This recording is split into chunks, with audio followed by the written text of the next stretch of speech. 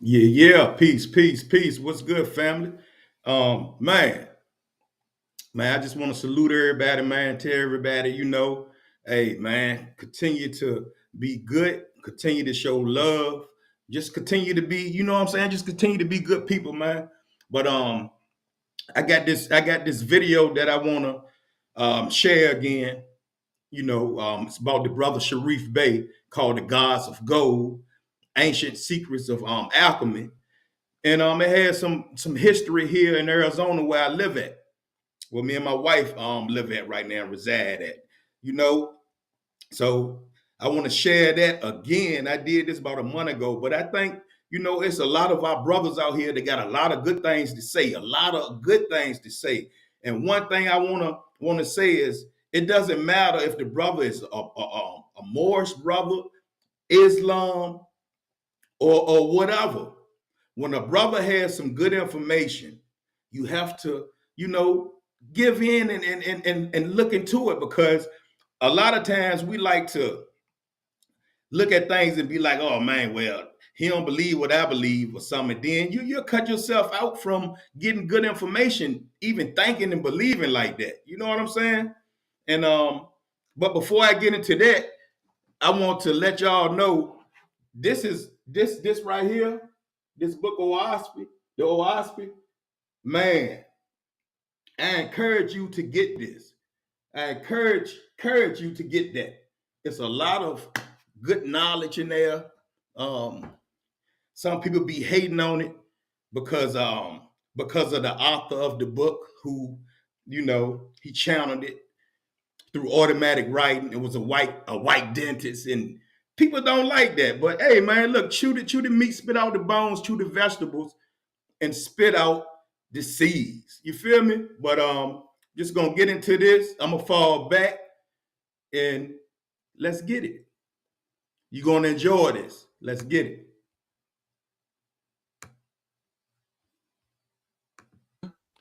We're going to have an amazing show, family. I want you to get comfortable. Hit that like button. If you have not signed up to Gather in the Masses, because this brother's going to be there. If you have not, I advise you to click on that link in the get the live stream. You could get the live stream. Click on that link. All right. Peace to the family. Peace to the family. We are now live. Absolutely. Woo, we getting closer and closer to the gathering. Oh man, it feels so good inside this avatar of mine. We're gonna have an amazing show, family. I want you to get comfortable. Hit that like button. If you have not signed up to Gather in the Masses, because this brother's gonna be there. If you have not, I advise you to click on that link in the get the live stream. You could get the live stream. Click on that link in the chat to get the live stream. Let's get to a quick commercial. We're gonna do a quick commercial. Let everybody fill in the room. Absolutely. Let everybody get comfortable. Then I'm gonna bring on my guests. I'll be back in 1 minute, family. We're gonna have a great Friday night tonight. You know how some people get popcorn. I got me some grapes, but I done ate half of them. But I got me some grapes because brother Sharif is gonna have an absolutely magnificent presentation tonight. Be back in 1 minute, family. Yo. I fought plenty battles, caught many arrows, flossed plenty apparel, resembling the pharaohs, cemented in the gravel, extensive in my travels. Not to mention, ascension is my cattle. Cash cow, we milking it. Laugh now, we killing it. Last round, we still in it. Axe round, we healing shit. Hands down, we killing it. No pass down, it's silking this. Pack your bags, take this pilgrimage. Guaranteed to be epic like Gilgamesh. Gilded flesh and shields with crests. I'ma have to kill you if I reveal the rest. All I know is when life try you, you better kill that test. That's the only real that the real respect. Niggas went from dealing death to flipping monster to heal the flesh. That's the real adept. That's the illest flex. That reveals what's next. My investors don't need to be angels. They could be the archetypes of the darkest type. Archangels who are dark and mangled like Tony Starks, and monsters like Thanos. Bangles need to be strangled and quantum entangled. And them carrots that sponsors are dangled. Only built for these bust down Cuban links. Only fans. I'm gonna give a But first, I want to give a shout out to Black Dot and Urban X. He gave me this shirt in all colors, family. He's gonna have these shirts at the event, Gathered in the Master shirt. Shout out to that brother. You see that? Great quality. That brother's amazing. Make sure you go to shopurbanx.com. And later on in the show, we're gonna be plugging. My brother Sharif has an amazing product he wants to talk about later on. But I also want to give a shout out to KT. I'm post the link in the community tab. I met up with KT today. He got this product called Geefy Tea, and he also has the honey. And I went by today, and man, I mean, KT has some amazing products. So shout out to KT. Make sure you go to KT's website, So Ionic Botanicals. I will post the link and picture and everything in the community tab, so y'all can check his stuff out. But man, that brother got some amazing product. I'm so honored and blessed to be amongst all these geniuses. Like I said, brother Sharif, the brother Dr. B Serious. I'm just surrounded by these spiritual, holistic geniuses, and I want y'all to experience what I'm experiencing with these amazing products and services and the wisdom that they share with y'all. So it's been a magnificent year for me. I talked to Jude Pukram earlier today, had a great conversation with her. But life is good, you know. Life is good, you know. Life is good. So, brother, this is for you right here, Mo. This is for you. Hey, I need that. Hey, I need that. I'm gonna send you where to send it after the show. I'm gonna send you where to send it. Send me so I could show the people it and get them ready, because I know you're gonna have a table full at the gathering. I know you gonna. Absolutely. I know, bro. yeah. Absolutely. Tonight is an important night. Tonight is an important night, family. We're talking about something that's so important in terms of, we've been talking about this avatar and you know, how this avatar works. And there's something that's so important when it comes to the working of this avatar that the ancients knew, that you even hear stories about Anunnakis invading Earth just to get them up, you know what I mean? Because they like, we need that. So there's something that's on this realm, on this planet. I don't know how abundant it is in other planets, but on this planet, there's something that's on here that's extremely important. And my brother Sharif Bey is going to break it down. Can't wait for tonight's presentation. The most academic brother I know. This brother's sharper than a razor.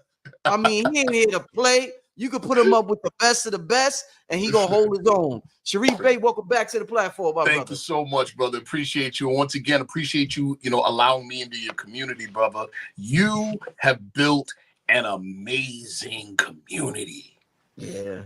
Bro, you really have, bro. You built an amazing community, man. And, everybody's energy is just so high and so positive, bro. And so I'm just honored to be a part of it, man. I'm honored to be a part of it. Oh yeah. You play an important role. How's the Discord? I haven't checked it in a man, Discord is wow, bro. Your community, yo, I mean, no pun intended. Pun intended. You like Midas, bro. Everything you touch it. Oh man. Turn into this. For real. Now, wait till when I start using that, man. Oh man, it's gonna be on and popping, Sharif. Brother. It's gonna be on and popping. Hey, I'm sorry, family. I'm eating, but I should wait till he start talking. But I'm just, when you in that, you just feeling good, and you know what I mean. I'm just feeling good, man. It's gonna be a perfect way to end the week. I might do a show tomorrow, but a perfect way to end the weekend. Going into the so-called weekend, brother Sharif, man. I named this presentation "Gods of Gold" because of the conversation I had with you last night. Yeah. And I'm looking forward to the conversation, man. Oh, you know what? Also, I noticed. What's that? Synchronicity. I happened to go to Billy's YouTube channel yesterday, and I seen Billy was talking about the gold tonight. He did a show, and I was like, "Damn, Billy gonna think I did the show because he do the show." But it was just Billy. I didn't know. I swear, it's just synchronicity. It just aligns like that. He did a whole show on it at 8:00. Y'all go check that out on Forbidden Knowledge podcast. But he did a whole show on monatomic gold. But I guess the universe just wanted that message out there tonight. But me and Sharif had no idea. So shout out to Billy Carson, Forbidden Knowledge. We gonna do our thing. I know Billy did his thing. But okay, my brother, let me know what's up with this gold thing, my brother. Oh, brother, listen, I'm so excited because, you know, to even do this presentation, it's way bigger than just me having a product. It's way bigger. Wait. You know what I'm saying? You know, it's just like we want to have the mind. Sharif, I'm gonna get a water. Just keep talking. I'm gonna get a water. Do you keep think? talking. Yeah. We want to have the mind that produces this, not just the product. Okay? We want to have the mind that produces it. We want to have the mind and the state of mind of our forefathers. That's what we want, people. Because, you know, look at it. Okay, our forefathers built pyramids. Absolutely. Our forefathers did a whole bunch of things, and mothers did a whole bunch of things that this present world narrative can't reproduce. What would you rather have?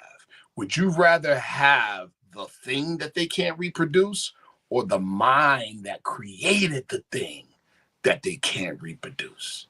See, because if I've got the mind, I can do it again and do greater things. You see what I'm saying? So that's what we want. That's what this presentation is about. You know, it's not so much about the product itself.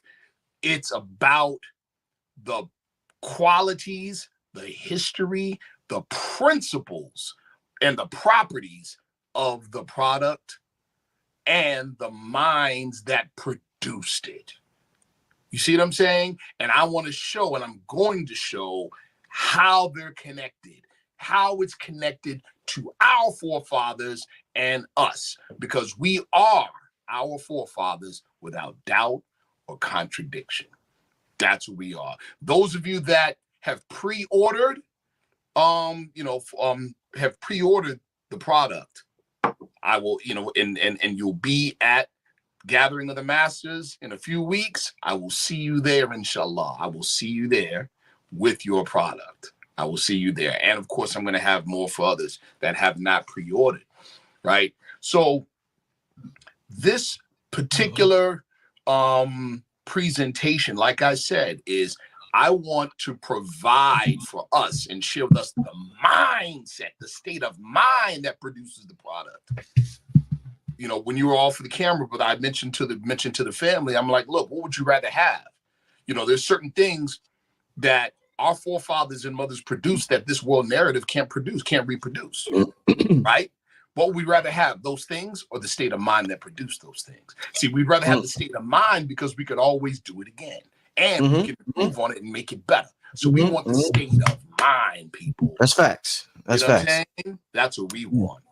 We want. And also shout out. I heard you was on Know the Ledge yesterday. Shout out to Know the Ledge, Red Pill, Blue Pill. Shout out to Red Pill and Blue Pill.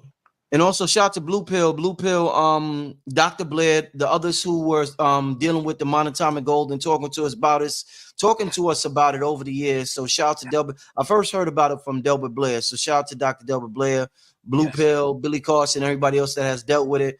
Go ahead. You ready, man? I'm ready. I'm ready to go. Load it up. Let's go, bro. Okay, family. Let's get this thing going. It's gonna be a good one. Here's my splash page. The Gods of Gold. Alchemical knowledge and production and usage of M-state elements as a remnant of Afro-Atlantean technology. Why do I say Afro-Atlantean technology? Because the enlightened, the illumined measure time by cycle ages, not in a straight line. So today, in this world narrative, the present state of technology advancement or whatever, listen, people, we've been here many, many, many times in the past. Matter of fact, we've been further than this many times in the past. I mean, some simple things you can look at. For instance, the ancient site in India, Mohenjo-daro. You look at that site, and that site was first of all, there's actual records of it being destroyed in a cataclysm that was very reminiscent of what we would call today nuclear war. And then you have physical evidence of a nuclear holocaust at Mohenjo-daro, including the ground being subjected to so much heat that the soil and dirt turned to glass. Wow. Yeah, is right. It's right there for you to see. You see what I'm saying? So this is what we're talking about here, people. So I'm going to begin before we even start talking about the gold itself or the monoatomic elements themselves. We're going to talk about the mindset, the state of mind, people. Okay. All right. Next slide. Okay. There we go. Man, y'all remember this video? Oh yeah. Remember the video? This is deep, people. This is deep. Yeah.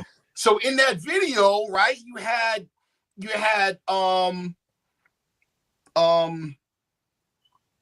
Eddie Murphy playing the Pharaoh, Egyptian Pharaoh, and Imam playing his queen. Mm-hmm. And then you had Michael Jackson playing, quote unquote, the magician. What you have here is two motifs or two mythos superimposed on each other. Let's talk about the mythos for a second. We've done it before in previous shows. Mythos is very powerful because mythos impacts the human experience at the deepest levels of human psyche. Okay? So like, for instance, when people are talking about, well, you know what?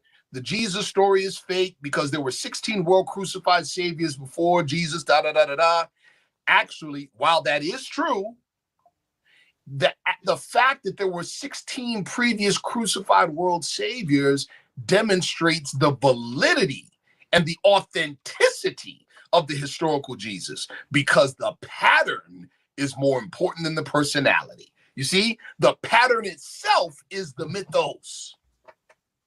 This is important. The pattern itself is the mythos.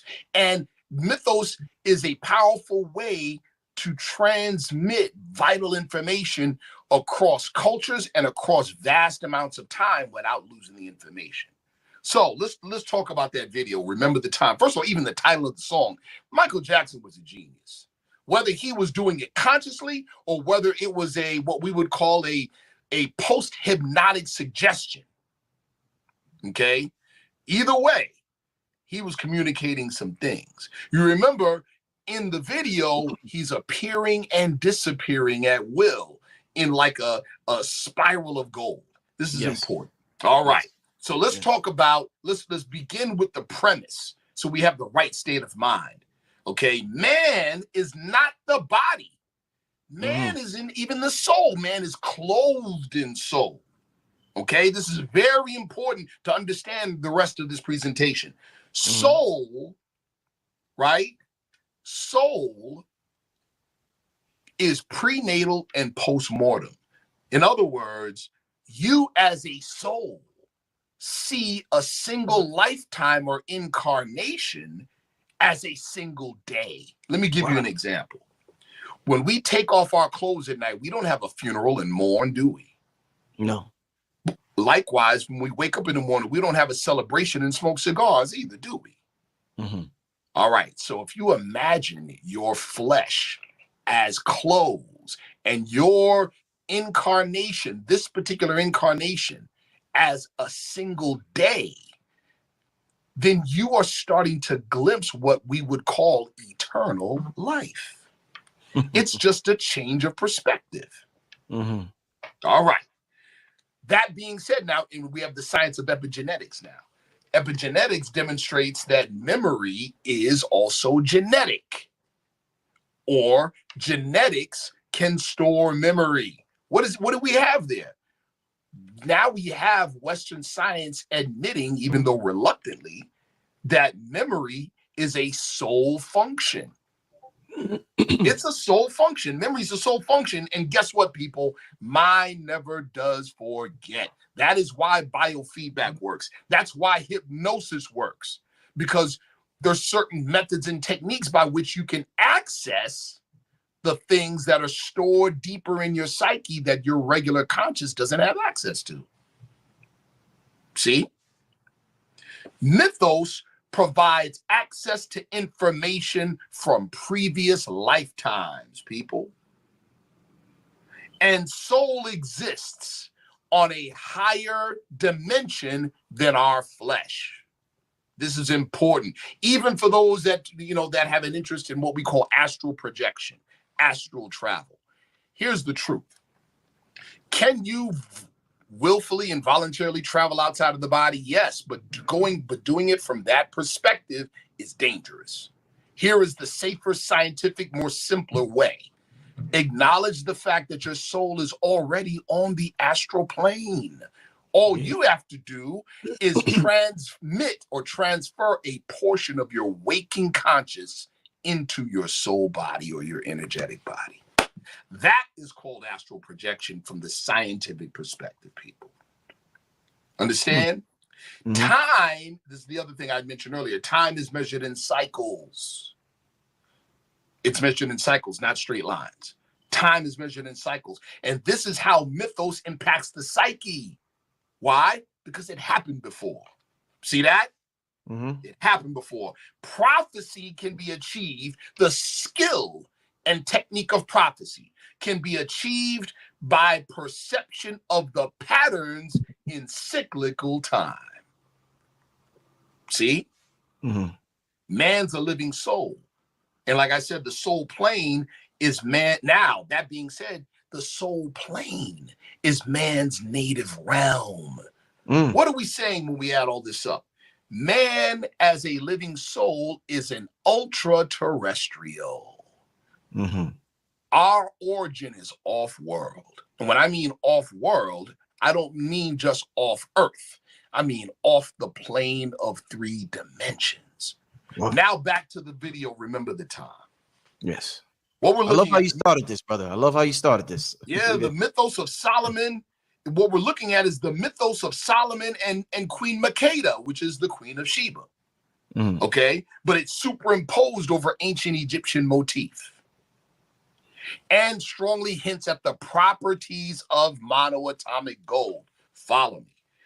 In the story, in the Masonic story of Hiram Abiff, there's King Solomon, Hiram of Tyre, and Hiram Abiff, the 3 grand masters that built King Solomon's temple.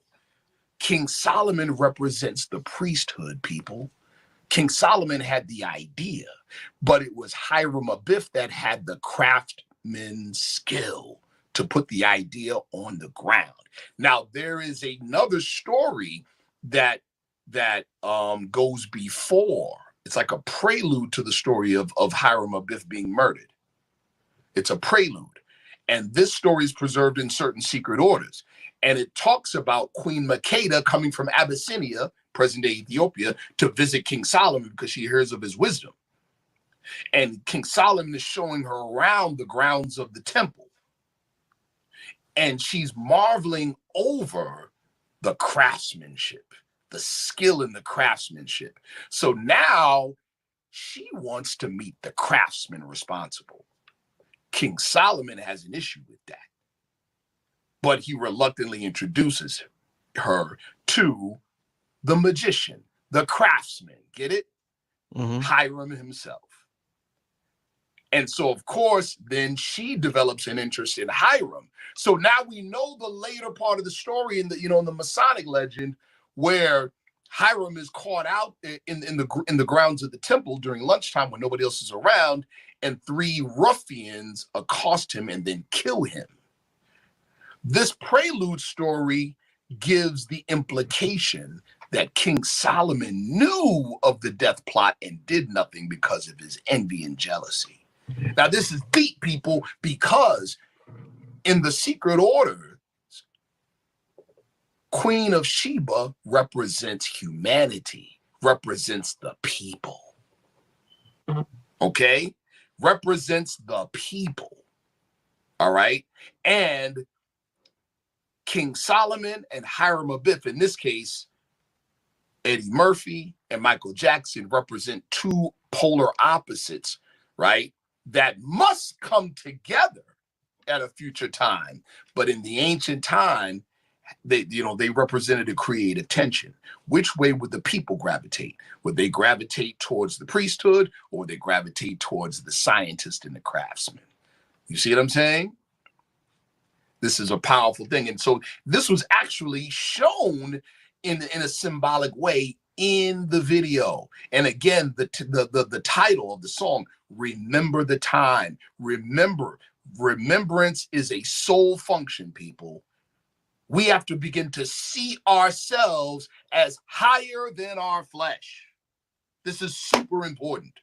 We have to see ourselves as higher than our flesh, as more advanced than our flesh, as being here before this flesh and surviving after it, because that is the real truth. That is the reality. Next slide. All right. You remember this movie? Have you seen the remakes, brother? I didn't see the remake. No, I heard about it. I haven't seen the remakes. No. Absolutely incredible. Absolutely incredible. You see the pictures of the cast on the right of the slide, right? Yeah. Look familiar?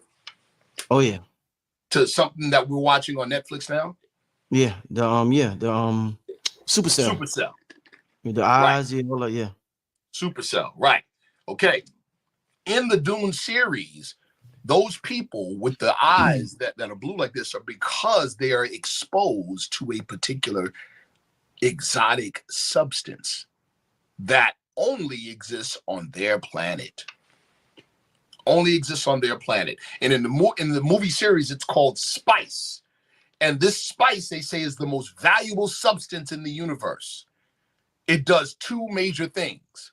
Spice folds space, and spice expands consciousness. This is crazy. Okay. And so in the movie series has a ton of North African Islamic messianic themes. North African Islamic messianic themes. One, there's a challenge to imperialism. You're watching CNN today. You're watching whatever Fox News. You see what's going on right now with European imperialism, right? Yeah. And the fact that the African nations are pushing hard body against it, pushing it out. See? All right. Now, the star of the movie, the head character in the movie of Dune is called the Lisan al-Gaib. That's an actual Arabic term that means the tongue of the unseen. And it's a reference to the Messiah. That's important, people. Trust me, it's important. Because the whole thing about monoatomic gold and the ancient philosopher's stone is inextricably tied into the mysteries of Jesus. Spice, right? The whole thing about the spice in the movie. Political control and ingestion of the spice. It demonstrates the struggle for the control of human consciousness and the link between expanded human consciousness and social destiny. This is, man, in other words, this present world is being held together by restricting human consciousness. That's the war. The war in heaven is spoken of in the Bible is the war of narratives. It's a war in the consciousness of humanity. It has physical implications. It is extremely deadly. It is extremely dangerous because you can't kill a thought. This is powerful, people. Next slide.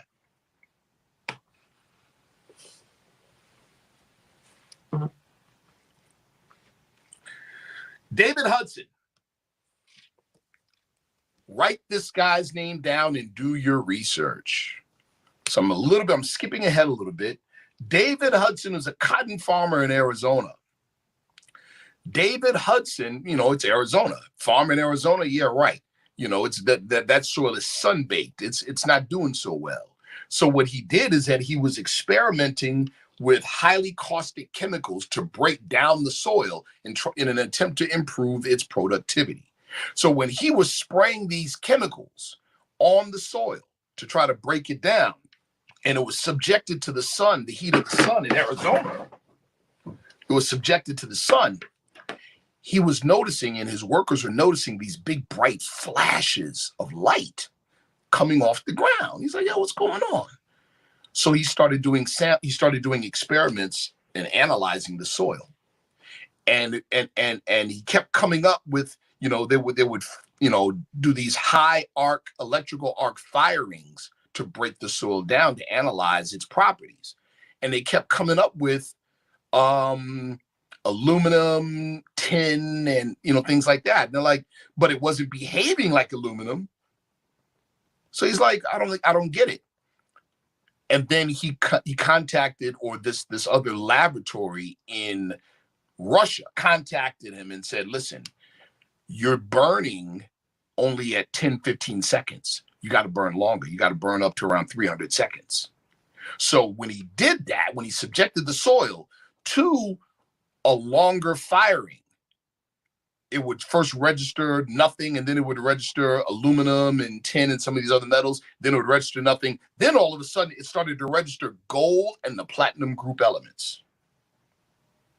He discovered that his soil contained gold and platinum group elements in the high spin state in great amounts, in great abundance. And then he started studying old alchemical books. He read like over hundreds of books on old ancient alchemy, which we know is a science of our forefathers in the old world. And he found all types of parallels to his quote unquote discovery on his land. Then he began research and experimentation to find the medical and health implications of orbitally rearranged monoatomic elements, monoatomic gold. I won't talk about those in great detail. You could research it yourself by looking up David Hudson, because if I talk about it in detail on this show, you're going to get flagged. Your page is going to get flagged. All right. So at one point he had plans to build a manufacturing plant for medical grade monoatomic gold. When that took place, he was approached by someone who said that they would finance it. And then he had his people look into this individual. Turns out this individual was connected to the military and the intelligence community. So when he backed away and said, nah, we're not going to take your money, that man told him, he said, yeah, you're never going to get this thing off the ground. And sure enough, they thwarted all of his attempts to get such a thing off the ground. Next slide.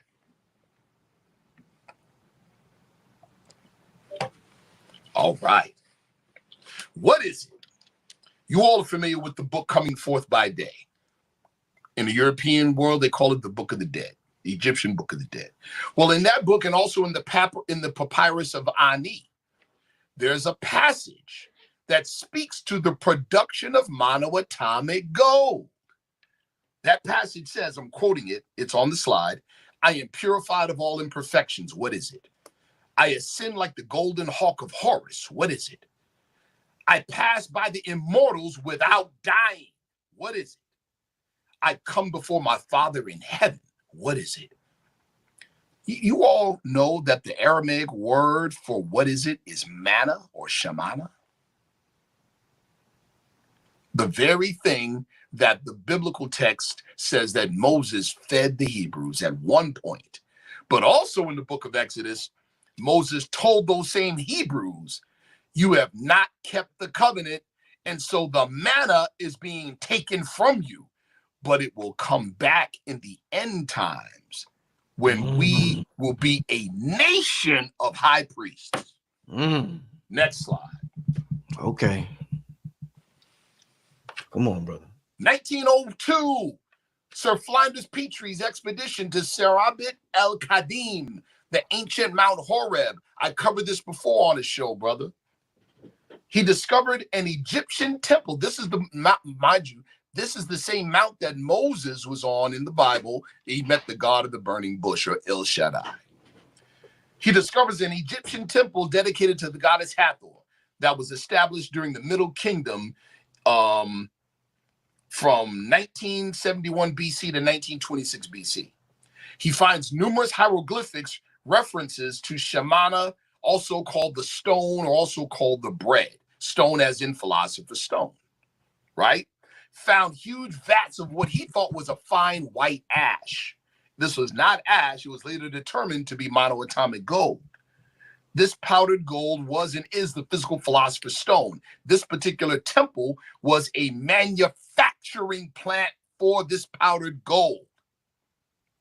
Okay, now we know this. The discovery of this plant answers the questions as to why certain ancient nations, such as ancient Abyssinia and others, were giving gold to the Egyptians and then later to King Solomon.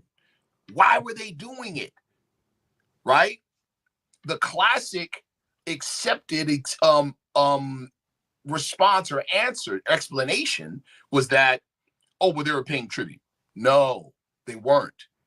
They were giving gold in the metal state to have it transmuted into white powdered gold. That's what it was. All right. The high priest of this temple in the 18th dynasty was entitled in the Aramaic El Shaddai, or Lord of the Burning Bush, or Lord of the Mountain. Right? The book of Jasher, one of the non-canonical books of the Bible, identifies El Shaddai as Moses's own father-in-law, Lord Jethro, the Midian sheik from the plains of Moab. And consumption of the stone or bread or the white powder gold gave the recipient conscious access to what they called, I can't pronounce the exact word, but it was a particular field, or what the West now in quantum physics calls the biogenic or morphogenic field. What we call in the Moorish Science Temple of America, the plane of soul. The field of exotic space. And it was fed to the pharaohs for the purpose of conscious deification. Next slide. Again, like I said, this is all tied in, and we're going to show in greater detail how this is tied into the mysteries of Jesus and why the European world, to rule the world for the first time in history, had to co-opt the story of Jesus to do it. All right.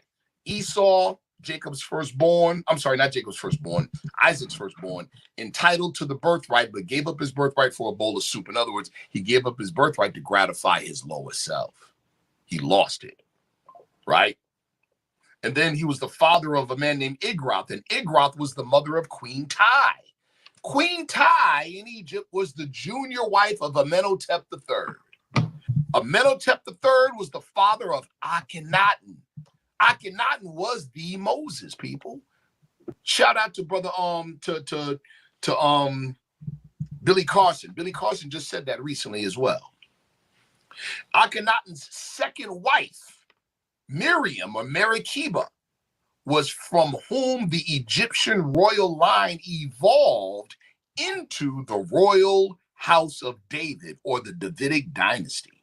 Keba Tasheret, who was the daughter of Moses and Miriam, and her husband, Rama, of the family of Judah, links the dynastic Egyptian line to the house of David. And in the Moorish American Quran questionnaire, the question is asked, where was he, talking about Jesus, born? Answer, in Bethlehem of Judah, in the house of David. Meaning what? He was part of a dynastic line, people. He wasn't some poor kid of a poor carpenter. The word carpenter is mistranslated from the Greek tekton. Tekton doesn't mean carpenter. Tekton means architect. As in, and it's from the Gnostic tradition, architect or archon. Okay? And what is an archon? An archon is a spiritual constructor or architect of virgin matter. In the Hebrew tradition, they're called the seven Elohim. Next slide. All right, in the Bible, you hear about, Jesus going to war or basically beefing with the Pharisees and the Sadducees. Those were two fraternal orders, religious and socio-political orders, okay? The Pharisees and the Sadducees. Well, they don't mention the third order. the one that Jesus belonged to, and that is the Essenes. Okay? He belonged to the Essenes, the Essenic order. That order he was a member of, and it was located in the Qumran area. Why is Qumran important? It's very important for a number of reasons relative to our topic. First and foremost, that's where the Dead Sea Scrolls were found. They were found on the grounds of the Essene commune where they lived. They were a semi-nomadic community. They were the watchers and the caretakers of and for the Davidic messianic lineage.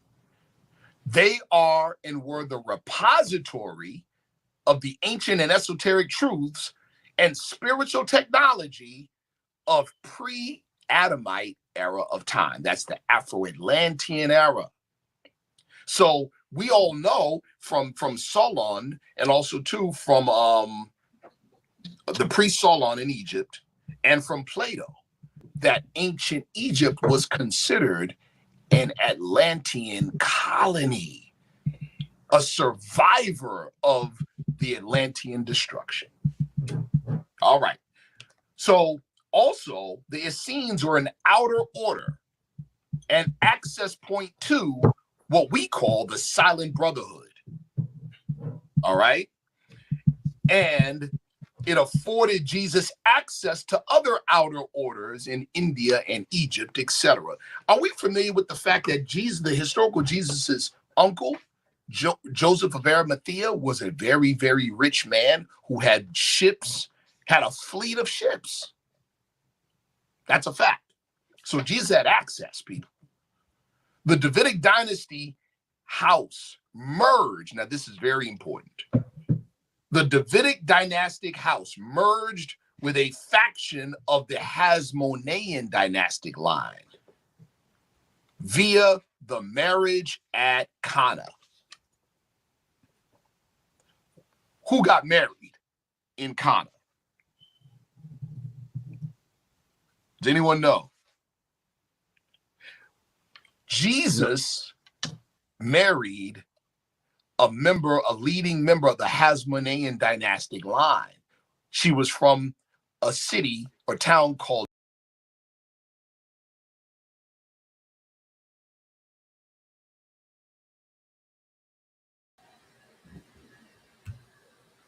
Hey, now see, this brother knows about the Essenes. As you can see, my name is Nazarene Essene, right? A lot of people don't know about who the Essenes was. You don't even really hear about the Essenes because the Essenes was the sect that Yahshua, or who the world called Jesus, that's the sect that he really was from. That's who he was with, associated himself with. The Nazarenes are scenes, and that means the keepers of the real law. See, a lot of people don't know about this because it's been hidden. As we know, the Vatican has all the books, but those books has been hidden, burned, and buried. But as you know, whatever the creator wants to get out, can't no man had it. So this brother knows about the Essenes. He understands and knows about the Essenes. The Essenes, you want to know why you don't hear anything about the Essenes? Because the Essenes were vegan. The Essenes didn't eat dead flesh. The Essenes did not believe and was not with the sacrifice of animals. The Essenes taught to love the animals, to love all creation. You know what I'm saying? That's why you don't hear about the Essenes. But I encourage everybody to look into this, look into the Essenes. And it's good that this brother talks about that because it shows that people do know about the Essenes. So, like I said, the Essenes that's who Yahshua, who the world called Jesus, that's who Yahshua was. That was their sect, the Nazarene Essenes. And it means the keepers of the law. So I just encourage you to look into that, man. Look into that, see who the Essenes were, and then you'll understand why you got conflicting scripture in the Bible, because you'll see where some of the prophets talked about not don't kill animals, and then you got some that talks about killing the animals. You know what I'm saying? So I encourage you to look more into their scenes. I have some of those books myself. Once I get everything together, because I'm really just starting to really go live and learning how to do PowerPoints and things like that. Because really, I just like to freestyle for real with man. I really do good when I'm just talking to people and we just vibing straight up. You know what I'm saying? Because a lot of the things that I read, I keep it in my mental, and I just thank the creator for that, because I'm able to read things and get it in my mental, and it never leaves. But I'm starting to learn about this also. But I encourage you to get into their scenes, and I'm gonna fall back again, but this is some good stuff right here. And I also would like to say about what the brother's talking about. It was a white guy. He lived here in Arizona, and he found atomic gold. Now you heard about this gold where people talk about the Anunnaki and things like that. You know what I'm saying? But this just all goes back, man, to us. Everything always points back to us, the melanated beings. That's why I call myself a god. You know what I'm saying? I understand that I'm a God, and I just know that we are powerful people. So I'm gonna fall back and let's get it. Magdala. So she's called Mary the Magdalene. Mary the Magdalene. In much later years, the European Roman Catholic Church, to try to translate it from the Greek tekton. Tekton doesn't mean carpenter. Tekton means architect. And it's from the Gnostic tradition, architect or archon. Okay? And what is an archon? An archon is a spiritual constructor or architect of virgin matter. In the Hebrew tradition, they're called the 7 Elohim. Next slide. All right, in the Bible, you hear about, Jesus going to war or basically beefing with the Pharisees and the Sadducees. Those were two fraternal orders, religious and social political orders. Okay, the Pharisees and the Sadducees. Well, they don't mention the third order, the one that Jesus belonged to, and that is the Essenes. Okay, he belonged to the Essenes, the Essenic order. That order he was a member of, and it was located in the Qumran area. Why is Qumran important? It's very important for a number of reasons relative to our topic. First and foremost, that's where the Dead Sea Scrolls were found. They were found on the grounds of the Essene commune where they lived. They were a semi-nomadic community. They were the watchers and the caretakers of and for the Davidic messianic. Let's get that again. The Hebrew tradition, they're called the 7 Elohim. Next slide.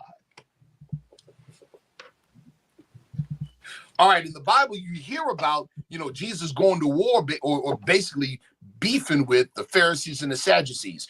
Those were two fraternal orders, religious and social political orders. Okay, the Pharisees and the Sadducees. Well, they don't mention the third order, the one that Jesus belonged to, and that is the Essenes. Okay, he belonged to the Essenes, the Essenic order. That order he was a member of, and it was located in the Qumran area. Why is Qumran important? It's very important for a number of reasons relative to our topic. First and foremost, that's where the Dead Sea Scrolls were found. They were found on the grounds of the Essene commune where they lived. They were a semi-nomadic community. They were the watchers and the caretakers of and for the Davidic messianic lineage. They are and were the repository of the ancient and esoteric truths and spiritual technology of pre-Adamite era of time. That's the Afro-Atlantean era. So we all know from Solon, and also too from the pre-Solon in Egypt, and from Plato, that ancient Egypt was considered an Atlantean colony, a survivor of the Atlantean destruction. All right. So also the Essenes were an outer order and access point to what we call the Silent Brotherhood. All right. And it afforded Jesus access to other outer orders in India and Egypt, etc. Are we familiar with the fact that Jesus, the historical Jesus's uncle, Joseph of Arimathea, was a very, very rich man who had ships, had a fleet of ships? That's a fact. So Jesus had access, people. The Davidic dynasty house merged. Now, this is very important. The Davidic dynastic house merged with a faction of the Hasmonean dynastic line via the marriage at Cana. Who got married in Cana? Does anyone know? Jesus married a leading member of the Hasmonean dynastic line. She was from a city or town called Magdala. So she's called Mary the Magdalene. Mary the Magdalene. In much later years, the European Roman Catholic Church, to try to throw people off this track that we're talking about right now, called Mary Magdalene a prostitute.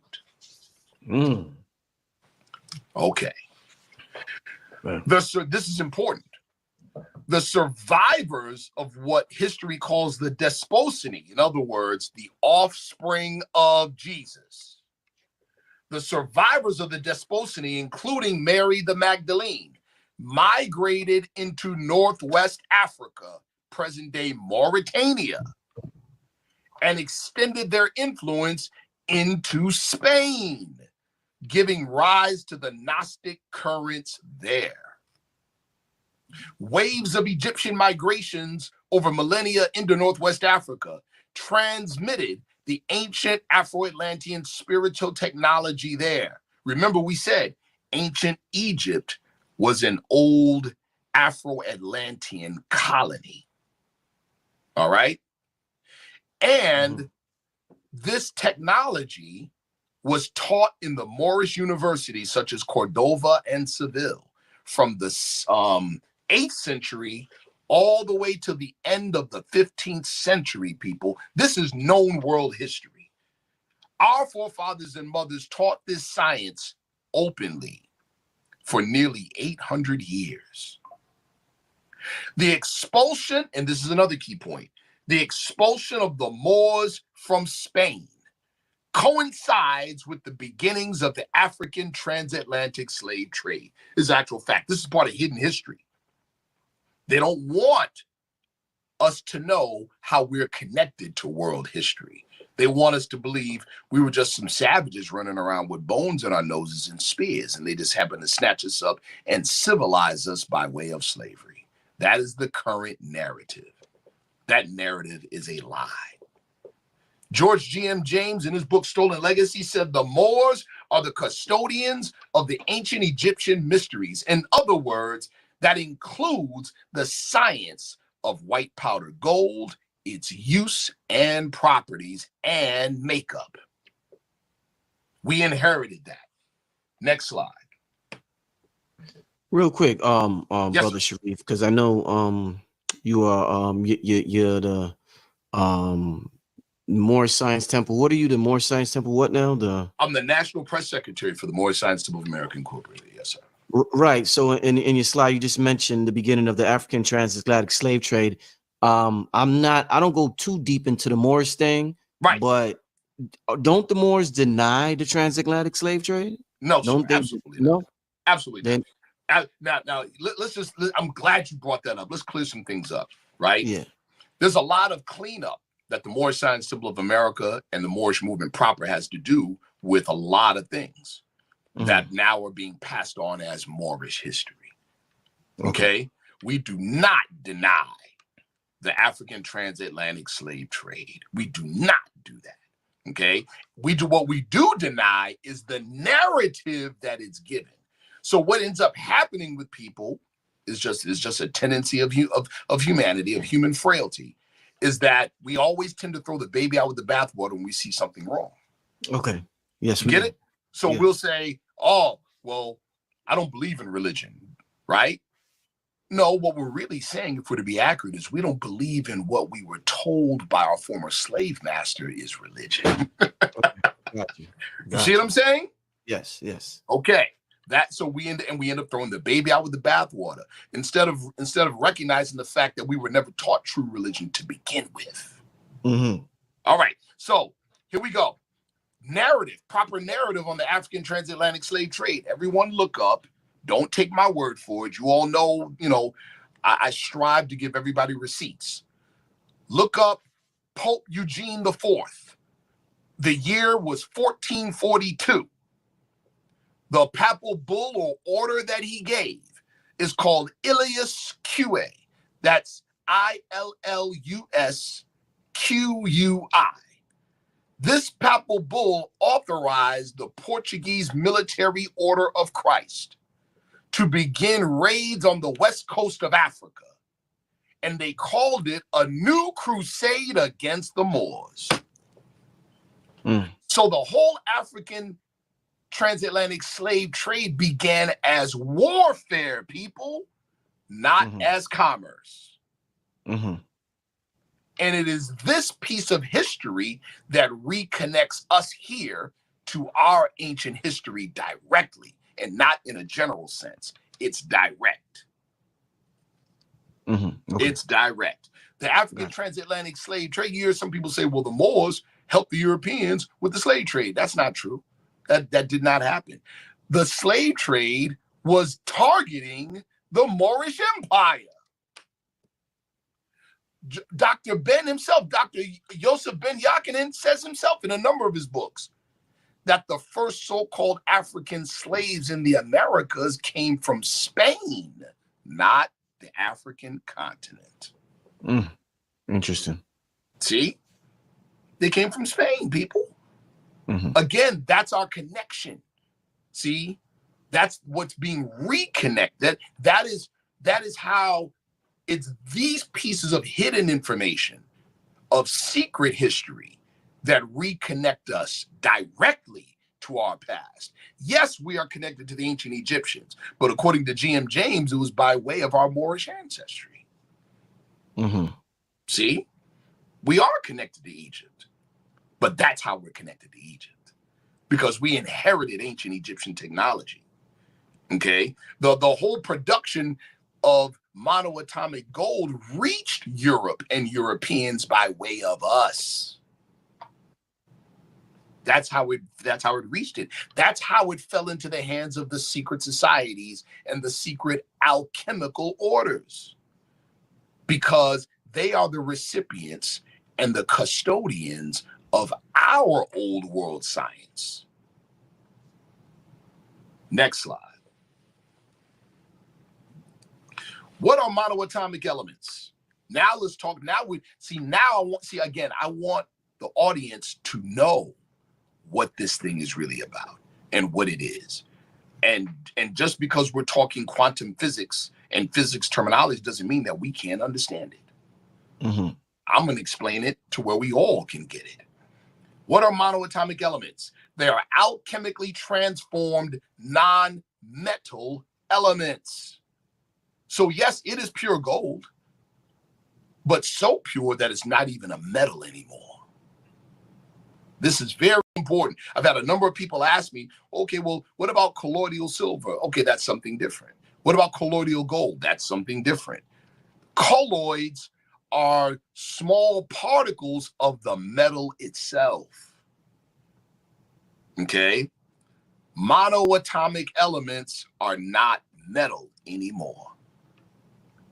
So in the secret alchemical tradition, when they talk about changing base metals into gold, what they're really talking about scientifically is changing the metal state of the element to a purified powdered form.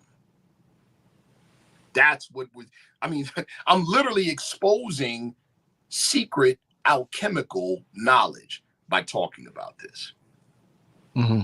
All right, because what I just did was decode what they say. Changing base metals into gold is really changing a substance from its rude, rough state to its refined state.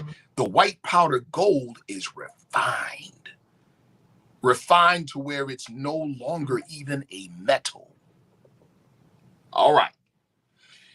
In this state, it's either scientifically transmuted, and I'm going to explain how, or it's precipitated from naturally occurring sources. Remember I mentioned before about the Qumran area, right? Where the Essenes had their dwelling, where their headquarters was. It's right next to the Dead Sea. One of the most abundant natural sources of monoatomic gold is the Dead Sea. The salt in the Dead Sea is 70% monoatomic gold.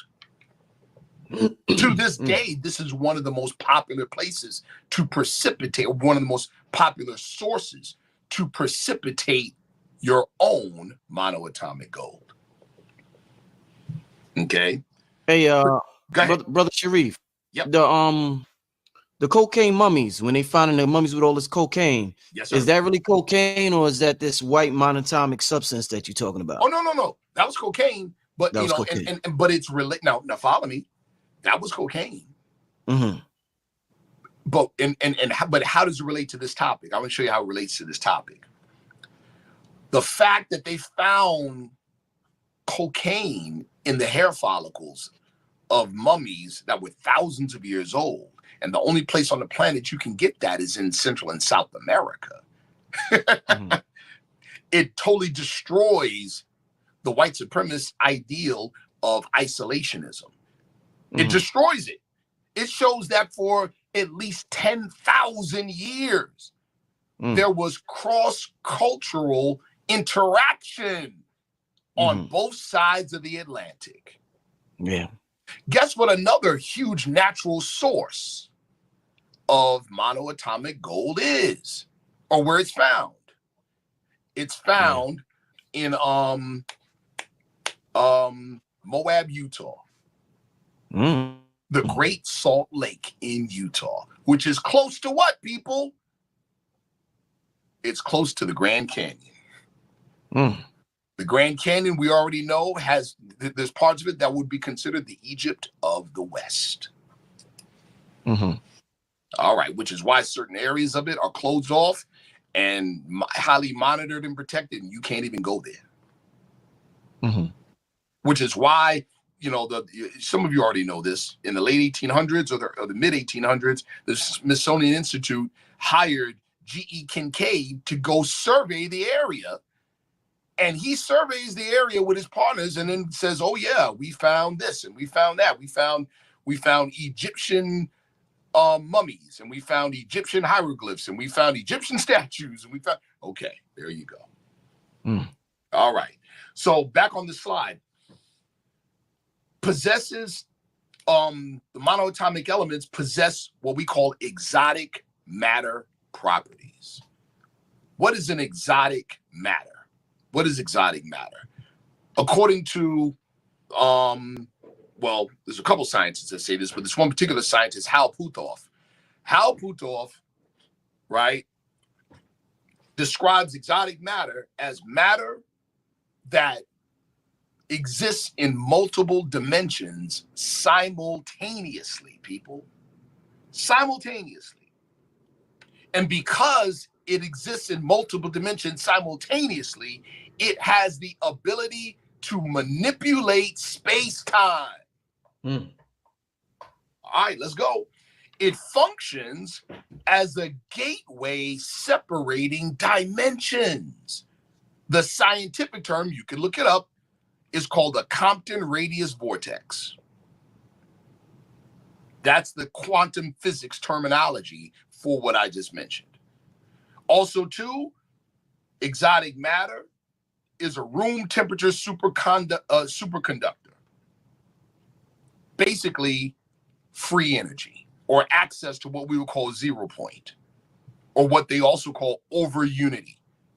Okay, this is important stuff. Transformative process, in other words, how this thing is made.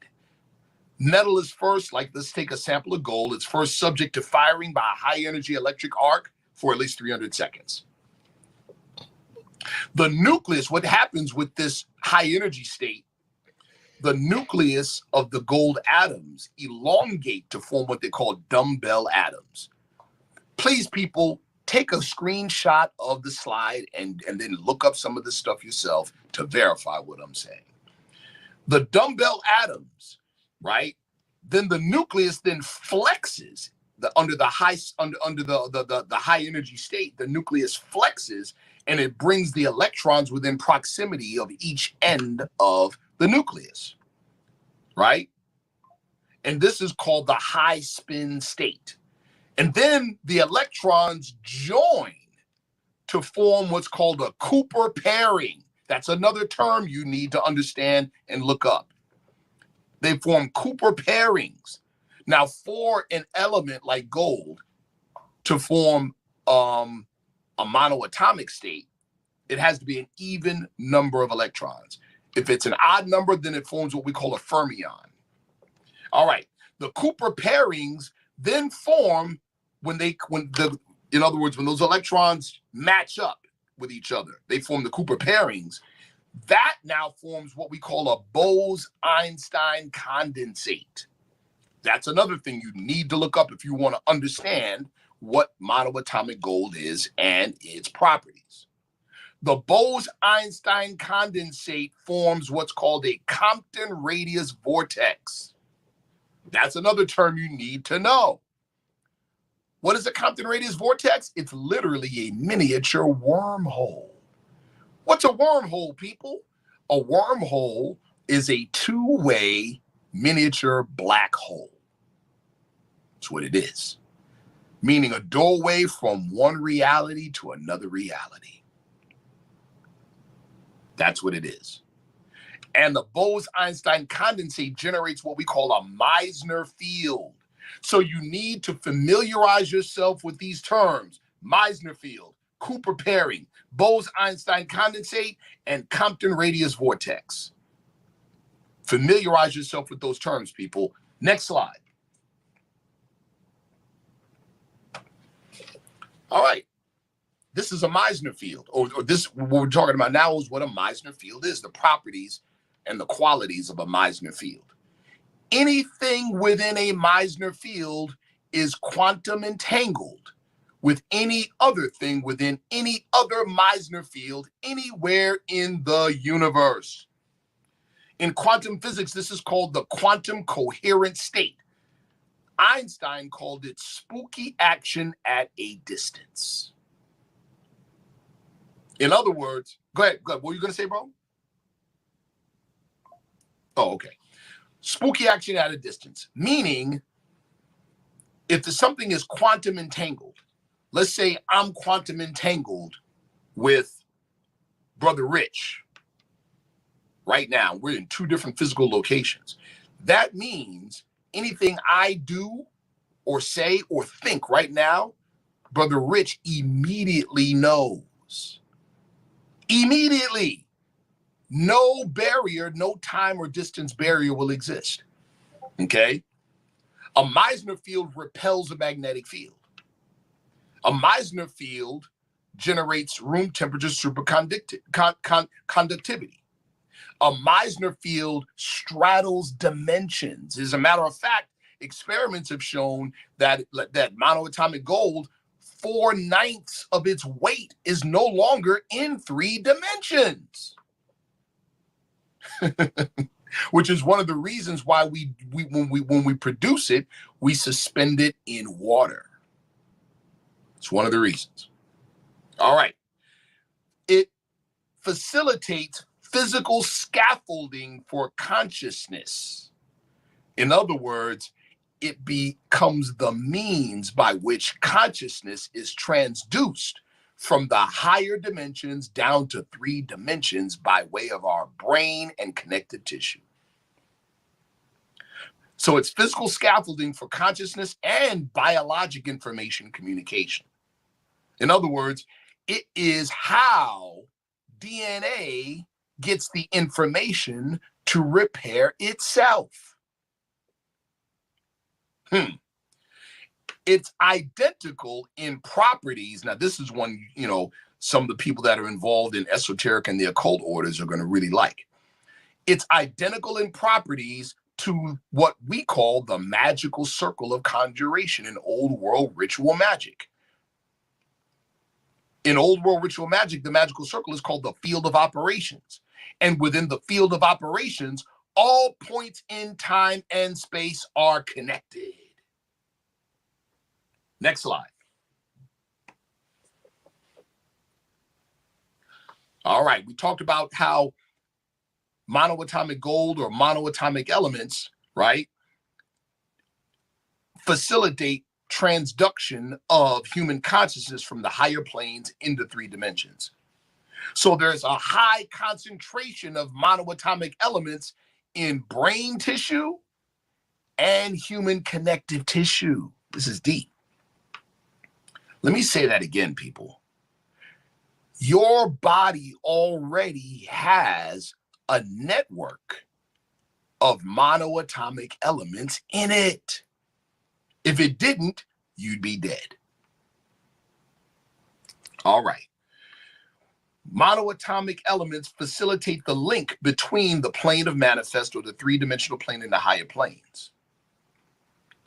Connective tissue information conduction from the biogenic field is thousands of times faster than neural conduction. In other words,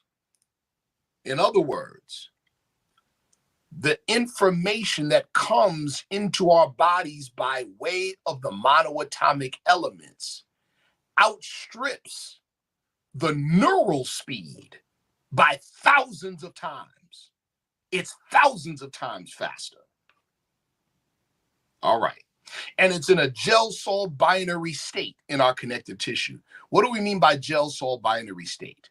Zeros and ones. Zeros and ones. In other words, it is the matrix in your body. The quantum operator, we talked about that before in quantum physics, quantum mechanics. You need something that compels probability to coalesce into an actual physical event. That is called the quantum operator. Conscious input can alter the wave function at the higher realms to collapse it into an event. The human will, belief, is the quantum operator. So those that regularly take monoatomic gold, every time you do it, you set a solid intention before you do. Resolution, or the setting of intention, firmly activates the quantum operator. We talked about that formula in certain secret orders: to know, to dare, to will, and to be silent. And it requires the development of the power of will over simple wishing. Belief is not a thought that the mind possesses, it's a thought that possesses the mind.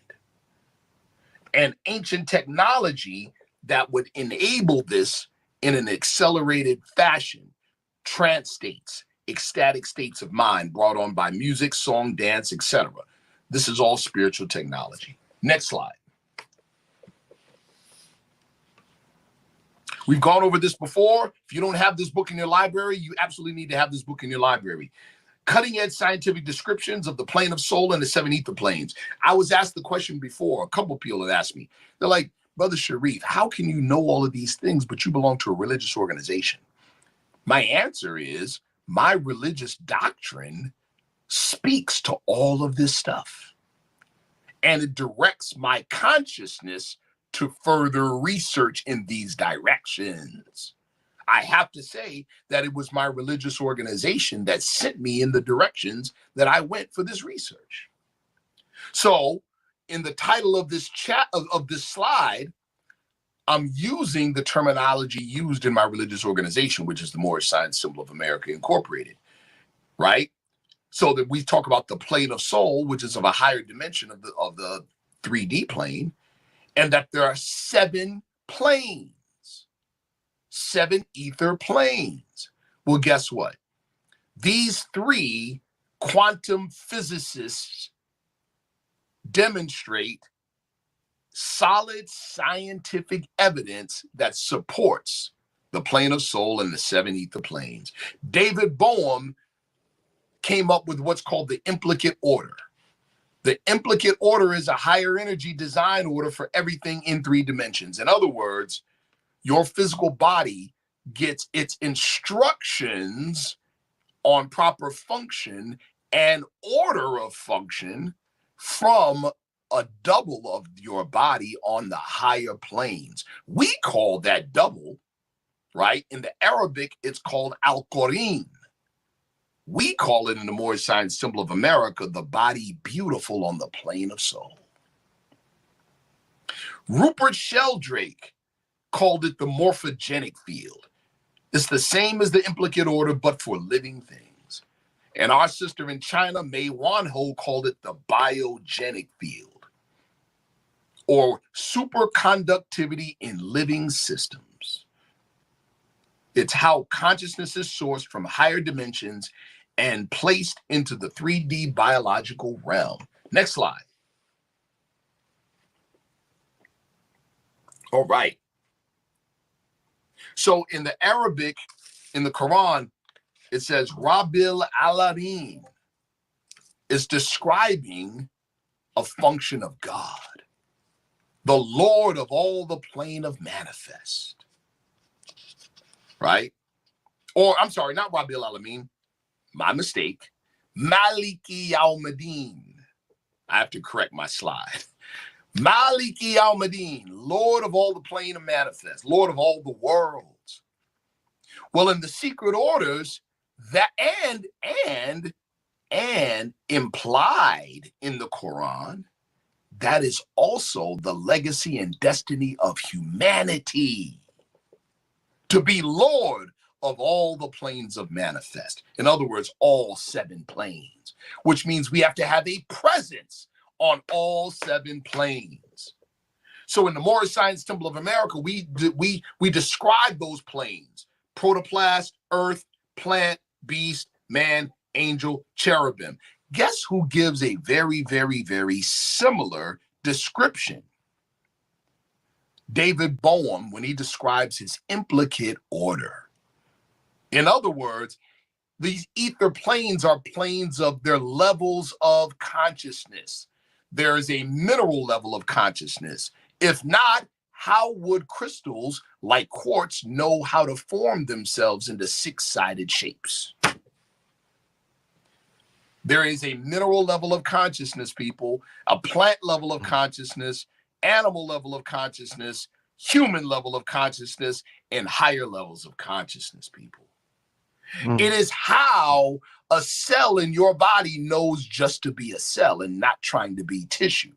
Because when you lose the connection to the biogenic field or your biogenic self, then that cell no longer has the order of instructions that it needs. And it may think that it's an organ. Now you have a tumor. That's called cancer. See? If and when the linker interface is broken between the 3-dimensional realm and the biogenic field and in a living being, the cells lose their order, direction, and instructions. That's called cancer. Next slide.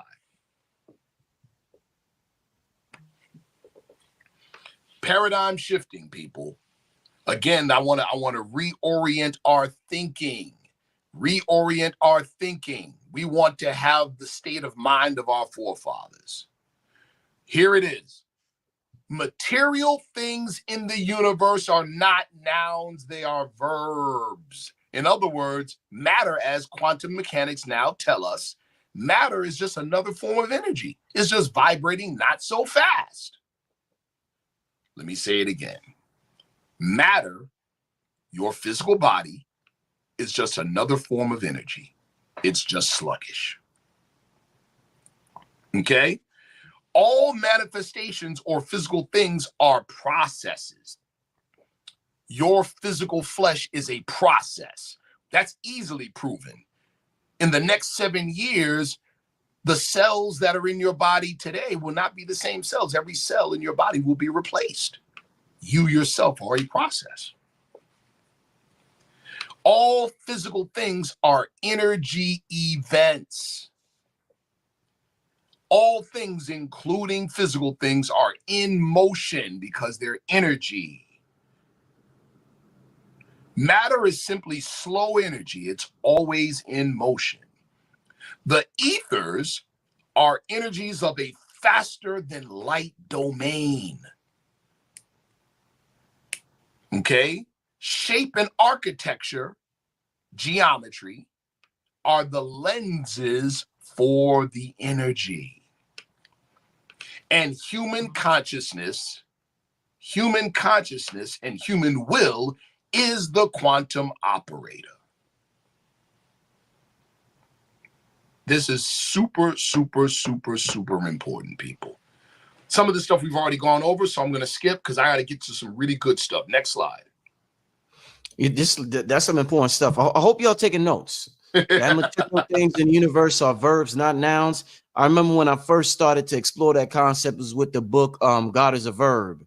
Absolutely. I forget who wrote that book, but yeah, these are some very important points.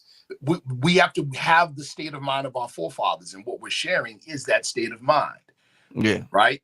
Now, we're talking about a substance, a physical substance that exists in our bodies naturally, but we lose it through environmental issues, pollution, poor food, microplastics in our body, all kinds of stuff.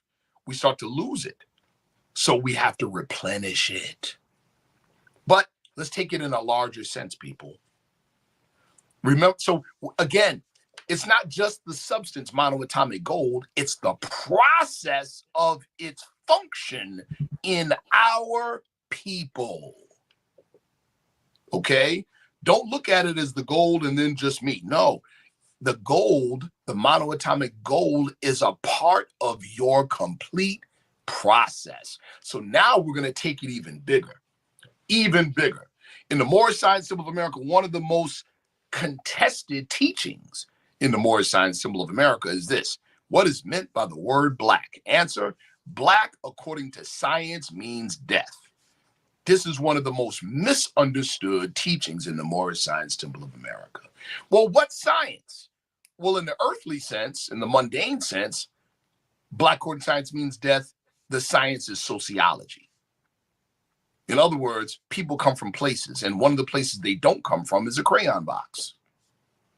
There we go. So when we say we're not black, we're not saying we're not our people.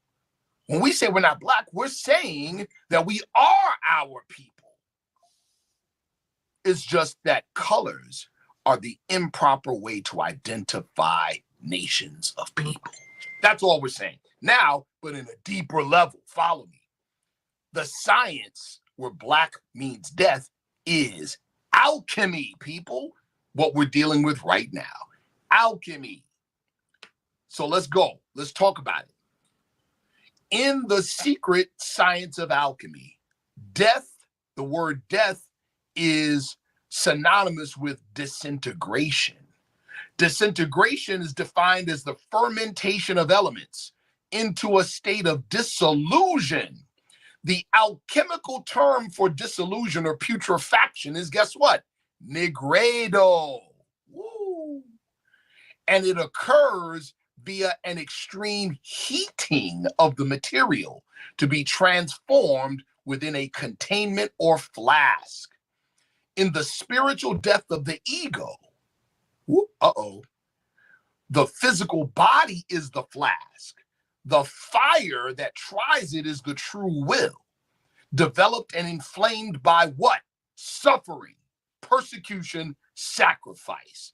This process is referred to by the Taoists as practicing to die, and by the Sufis as dying before you die. Do you all see where I'm going with this? Oh, yeah. Do you understand that our people in America is one huge social alchemical experiment?